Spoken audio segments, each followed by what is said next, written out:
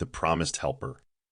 In a serious tone, Jesus continued, "When I have returned to my heavenly Father, and when he has fully accepted the work I have done here on earth, he will grant me the final sovereignty over the universe I have created. After I am clothed with this power and glory, I will say to my Father, 'Now that I have left my children on earth alone, I want to fulfill my promise and send them another teacher. At the moment when the Father approves this, I will pour out the Spirit of truth on all people.'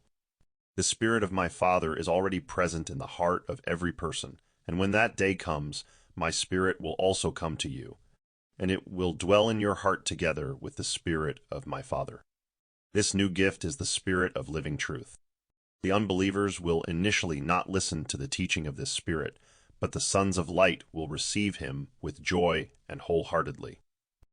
You will know my Spirit when he comes, for he will have the same relationship with you as you have had with me in the past years, with this difference that you will receive this gift in your heart, and he will be with you forever. I will not leave you lonely and abandoned. Physically, this is the last evening that I am with you as a free man. But in a short time I will be with you in spirit forever. Take courage, I will not leave you without help and guidance. My Spirit will be in you, and not only in you, but also simultaneously in all other sincere seekers of truth. Then you will understand why it is better that I physically depart from you, for afterward I will be with you in spirit better and more fully. In just a few hours the world will see me no more.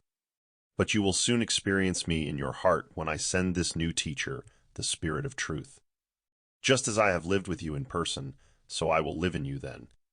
And I will be one with your personal experience, for I will dwell in you. I have loved the Father and kept his word. You have loved me, and you will keep my word. Just as my Father has given his Spirit to me, so I will give you my Spirit. This Spirit of truth will guide you, refresh you, and comfort you, and eventually lead you into all truth. I tell you these things now while I am still with you, so that you can better prepare yourselves for the trials that are now inevitably coming upon us. And when this new day dawns, both the Son and the Father will dwell in you. These gifts from heaven will always work together, just as the Father and I have worked here on earth from one and the same will.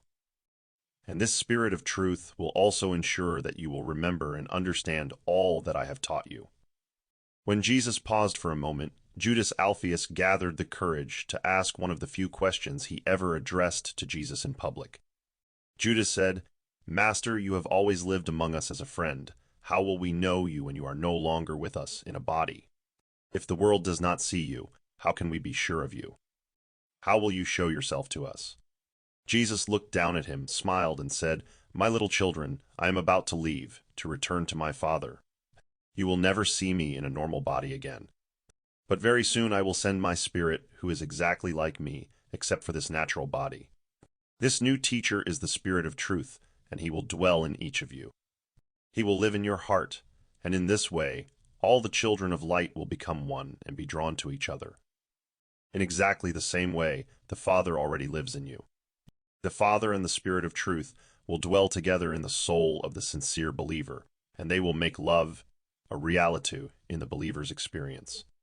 These experiences will help believers to love one another with the same love with which I have loved you during these past years of working together."